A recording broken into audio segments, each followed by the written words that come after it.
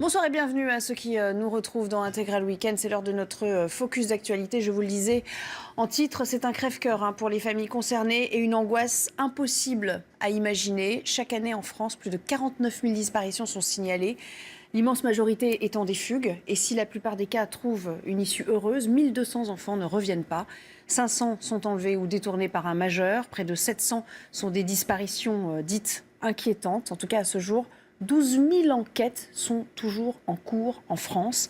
Et aujourd'hui, on l'a vu dans le journal, la famille d'Estelle Mouzin a organisé une marche pour cette jeune fille qui s'est volatilisée il y a maintenant 15 ans. C'est de tout cela dont nous allons parler avec nos invités, de ces questions sans réponse, de ces enquêtes sans issue, des manquements, des dysfonctionnements parfois de la justice, car de la colère, il y en a bien souvent chez ces familles, et sans doute à juste titre. Bonsoir Olivia Mons, vous êtes porte-parole de France Victimes. Merci d'avoir répondu à notre invitation. À vos côtés, Malik Haït Aoudia, vous êtes docteur en psychologie et psychotraumatologue à l'Institut de victimologie. Merci d'être là également.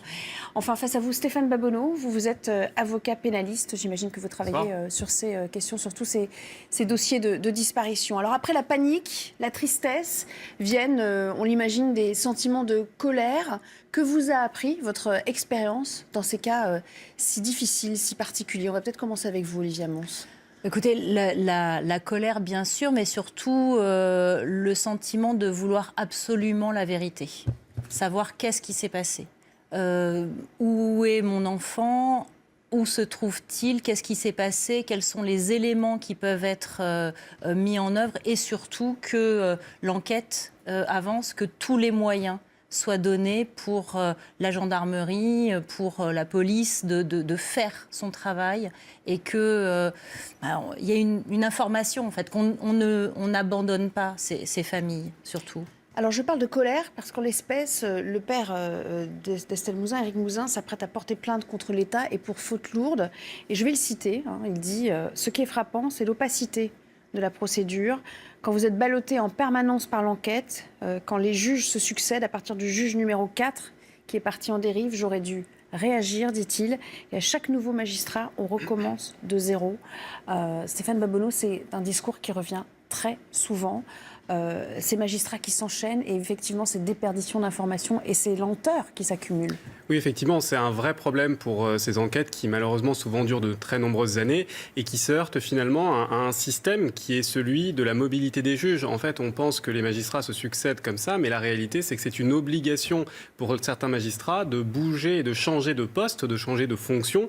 On considère qu'un magistrat reste en moyenne 3-4 ans sur les mêmes fonctions. Le minimum c'est 2 ans, le maximum c'est 10 ans et entre-temps, effectivement, les juges peuvent se succéder. Pour qu'un magistrat avance dans sa carrière, il faut qu'il change de poste. Mais dans des dossiers si sensibles, est-ce qu'il ne conviendrait pas de changer la loi et de changer la procédure, justement? Alors, c'est un débat qui existe depuis longtemps, mais on considère que pour certains juges spécialisés, et notamment les juges d'instruction, le délai maximal auquel ils peuvent prétendre pour occuper un poste est de 10 années.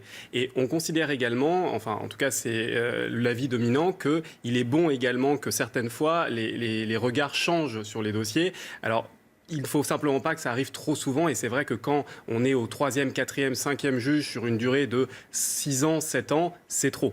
Et il y a eu des affaires désastreuses, notamment dans l'actualité. On pense évidemment à l'affaire Grégory Villemain avec le juge Lambert qui a été si critiqué. Il y a eu des avancées dans certaines enquêtes, mais des reculs majeurs. Et c'est ça aussi qui pose problème aux familles aujourd'hui.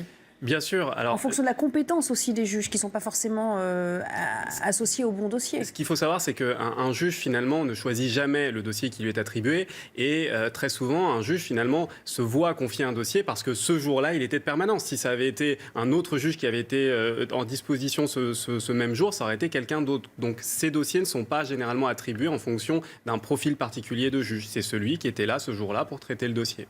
Malik Haït Aoudia, quels sont les sentiments qui prédominent chez les parents lorsqu'ils sentent que tous les recours, toutes les voies ont été épuisées? Vers qui se tourner alors? Lorsqu'un événement tel que la disparition d'un enfant survient, il y a bien évidemment à considérer l'impact d'un tel événement. L'impact d'un tel événement, il ne se va pas circonscrire uniquement à la famille elle-même. Il va s'étendre et c'est pour ça qu'on voit la mobilisation qu'on peut avoir autour d'un tel événement. Je voulais juste revenir pour dire tout d'abord que toute action publique qui va être menée, ou toute action des pouvoirs publics de façon générale qui va être menée dans ce sens-là, va être à la fois à la destination des parents, mais aussi rassurer ou pas la cité, comme on dit, la société. Est-ce qu'aujourd'hui, dans toute gestion d'une affaire telle que celle de Cécile Mouzin ou autre, est un message des pouvoirs publics de montrer est-ce qu'ils sont en mesure de renvoyer un message à la société que lorsqu'il s'agit notamment d'affaires comme celle d'enlèvement d'enfants ou disparition d'enfants, les pouvoirs publics sont en mesure de rassurer par des actions efficaces et concrètes. Et en cela, on voit que les familles vont chercher à comprendre. Chercher à comprendre pour les familles, c'est tout d'abord une initiation à ce que sont les procédures. On voit que les membres, les proches et les membres de la famille des disparus vont chercher à comprendre pourquoi il y a des choses qui vont leur paraître évidentes et que l'État ou les services concernés ne les mobilisent pas de telle façon. Donc ils vont être confrontés, comme vous le signalez, à la question de la procédure. Et c'est ça qui entraîne des frustrations. Exactement. Et à la frustration, il faut savoir aussi l'élément clé dans cela, c'est les attentes. Donc l'attente, dans ces moments-là, c'est la confrontation en permanence à l'idée de la mort de son enfant. Et cela est une des sources de stress les plus intenses auxquelles peut être confronté un être humain. Ouais. Et à partir de ce moment, bien évidemment, vont s'exprimer des émotions telles que la colère. En soi, la colère est un bon signe. Et pour les familles, c'est-à-dire qu'ils vont rester en action, ils vont pouvoir se mobiliser face à l'impuissance qu'ils auraient imposée par l'événement lui-même. Olivier Mons, est-ce qu'il y a un problème aussi de traitement de l'information dans ces dossiers criminels ? Absolument, absolument. Je crois qu'on est vraiment, notamment dans les cas de disparition d'enfants, avec cette problématique d'effectivité des droits des victimes. Le juge d'instruction doit informer les familles tous les 6 mois. À la demande des familles, tous les 4 mois, ce n'est pas fait ou pas suffisamment fait. Pourquoi ce n'est pas fait ? Alors, il y a sans doute un problème de moyens, etc. Mais il y a aussi une forme de culture du juge qui, s'il n'a rien à dire, si l'enquête n'a pas particulièrement avancé, et je pense surtout quand on est, pas au début de l'enquête bien évidemment, mais quand on est 5 ans, 6 ans après, etc., il ne sait pas quoi dire. Et un magistrat, enfin un professionnel, a beaucoup de mal à dire « je ne sais pas quoi vous dire ». Malgré tout, on sait pertinemment que l'information, le fait d'être reçu par le magistrat, le fait d'être entendu, peut amoindrir un tout petit peu, en tout cas, ce sentiment d'oubli, ce sentiment d'abandon des victimes. Donc, recevoir les victimes tous les 6 mois, c'est le minimum et c'est la loi et il faut absolument que ça soit fait. C'est un argument que vous pouvez entendre, ça, en tant que juriste ? Oui, bien sûr. Alors, c'est vrai que normalement, quand on est avocat d'une famille qui est dans cette situation-là, on a accès au dossier. Mais il est vrai que le dossier, ça n'est qu'une photographie de l'enquête à un instant donné, puisque le dossier, c'est tout ce qui est revenu vers le bureau du magistrat dans le courant des derniers mois. Donc, il peut se passer énormément de choses dans le dossier avant que les services de police, par exemple, fassent remonter des auditions au magistrat. Donc, en attendant, le dossier ne bouge pas, il se passe pour autant des choses entre-temps. Donc il est vrai que les instructions sont toujours extrêmement longues et c'est toujours ce que j'explique à mes clients, c'est il va y avoir des temps forts avec des auditions, des interrogatoires et il va se passer des mois entiers sans qu'on entende parler de rien. Et c'est pas pour autant qu'il ne se passe rien, ça veut simplement dire que les informations ne sont pas remontées dans le dossier. Mais est-ce que globalement l'information circule bien entre les différentes administrations concernées et entre la police qui enquête et la justice qui doit faire son travail en aval ?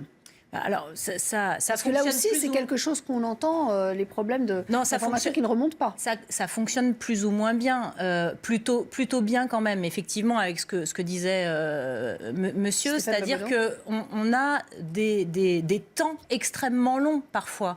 Et c'est la raison pour laquelle, que ça remonte ou que ça ne remonte pas, le magistrat doit rencontrer les familles.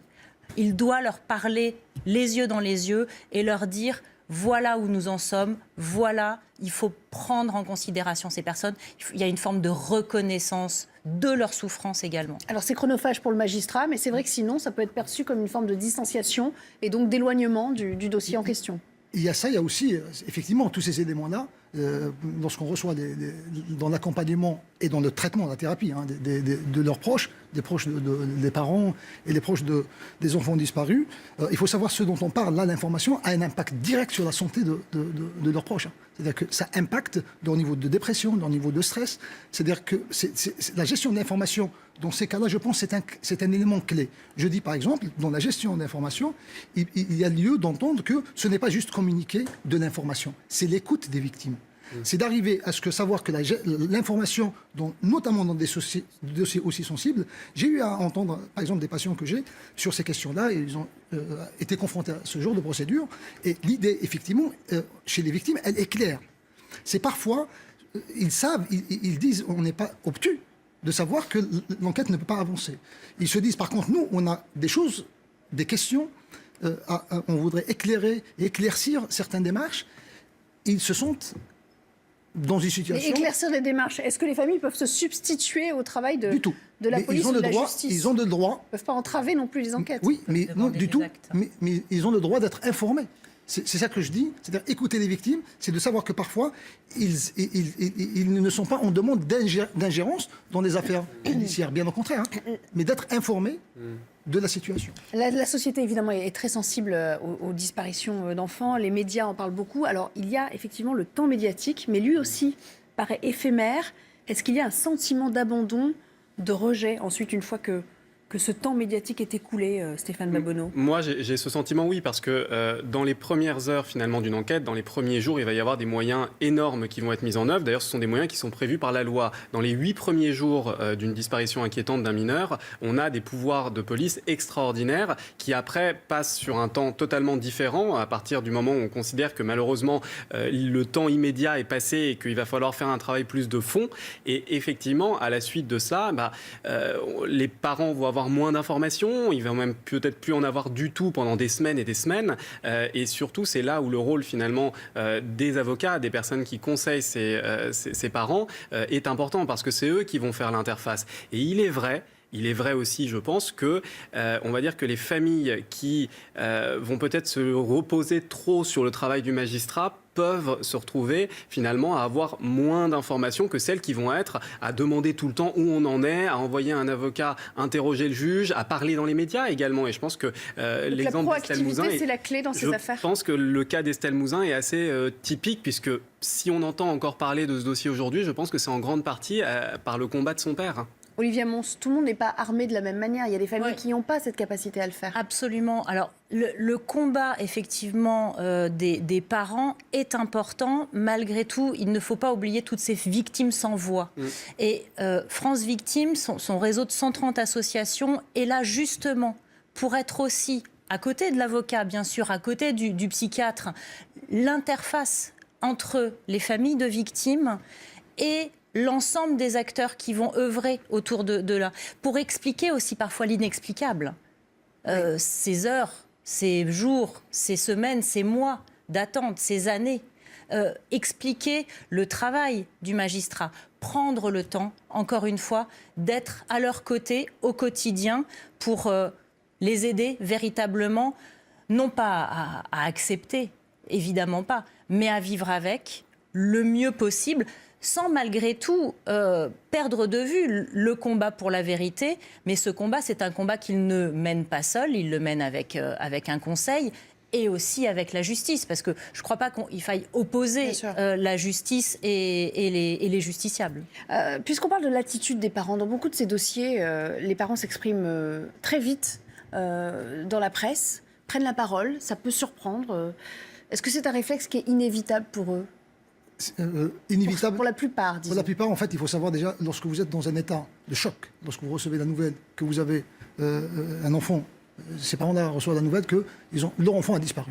Donc leur enfant a disparu, c'est un danger de mort pour leur enfant. Il faut savoir que leur état de choc est un état qui ne permet pas d'avoir le recul nécessaire pour dire oui ou non, je parlerai ou je ne parlerai pas. Donc c'est plus un réflexe de survie en l'espèce. Exact. L'idée, c'est un petit peu, si vous voulez, participer par tous les moyens possibles, mobiliser tout ce qui est possible, se donner entièrement pour se donner le maximum de chances de retrouver leur enfant. Je voulais juste dire, d'ailleurs, par ailleurs, on voit que, par exemple, le dispositif alerte qui a été fait, on a vu que, effectivement, les parents sont aussi sensibles à cette question, que lorsqu'on a mis le dispositif alerte, il a permis de résoudre des disparitions dans un temps record. Et il a encore fonctionné la semaine dernière dans le cas d'un bébé qui avait été enlevé par son père. Et donc vous voyez un petit peu, c'est des questions qui sont très sensibles et pour laquelle la société est très attentive. C'est-à-dire que les parents sont aussi instruits par cette culture de la gestion dans le temps de l'information. Est-ce que toutes les disparitions sont signalées à temps? Je m'explique. On sait que le temps est souvent compté les premières heures. Vous venez d'y faire référence en disant les parents parlent parce que c'est normal, ils ne peuvent pas faire autrement.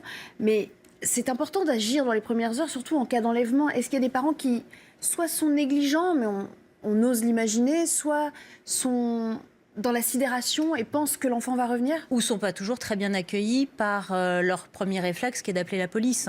Quand on a un enfant de 16 ans, 17 ans, la première des choses, je veux dire, la police ou la gendarmerie va penser à une fugue. Et c'est légitime, encore une fois, vous releviez les chiffres, sur 49 000 disparitions. Il y en a en gros 48 000 qui reviennent. Voilà. Ouais. Donc, et c'est la plupart du temps des fugues. Donc, on essaie, les services de police et de gendarmerie essayent de ménager quelques heures pour se donner le temps que l'enfant revienne. Malgré tout ça, ça peut être insupportable. Donc, il y a un dispositif qui a été mis en place, qui est un numéro de téléphone européen, qui est le 116 000, donc enfants disparus, où on a immédiatement des professionnels ensuite qui vont donner les premiers conseils, faire les vérifications quand on ne sait pas comment était habillé l'enfant, est-ce que vous avez pris contact avec les petits copains, copines, etc., avec la famille. Toutes des espèces de réflexes qu'on peut totalement perdre par le choc, par la sidération. Tout ça va être rappelé aux parents et ça permet quand même de faire quelque chose et ensuite de déclencher une enquête quand même très très rapidement. Mais tous ces signalements ne sont pas forcément suivis des faits. Il n'y a pas toujours une enquête déclenchée systématiquement. Alors, parce que ça ne se justifie pas ou parce qu'on néglige de le faire? Ça dépend. En fait, effectivement, vous pouvez vous retrouver, comme le disait tout à fait madame, à être au début renvoyé chez vous en disant, écoutez, s'il n'est pas revenu dans quelques heures, revenez nous voir. Mais à partir du moment où la personne revient, normalement, le principe est que chaque signalement doit donner lieu à l'ouverture d'une enquête. Ça, c'est la loi. Maintenant, en pratique, il est vrai que ça n'est pas toujours le cas. Et puis, il faut aussi parler de ces cas d'enfants qui arrivent pratiquement à l'âge de la majorité et de ces dossiers qui, malheureusement, traînent et qui sont même classés sans suite parce qu'entre-temps, l'enfant est devenu majeur. Et ça, c'est un vrai problème pour les familles. Il y a quand même des enquêtes pour des disparitions inquiétantes, même de jeunes majeurs. De jeunes adultes, oui. Maintenant, effectivement, il faut donner un certain nombre d'indications sur soit un traitement médical qui n'aurait pas été pris, soit une déficience, une personne en situation de handicap, une vulnérabilité particulière. Mais il y a malgré tout...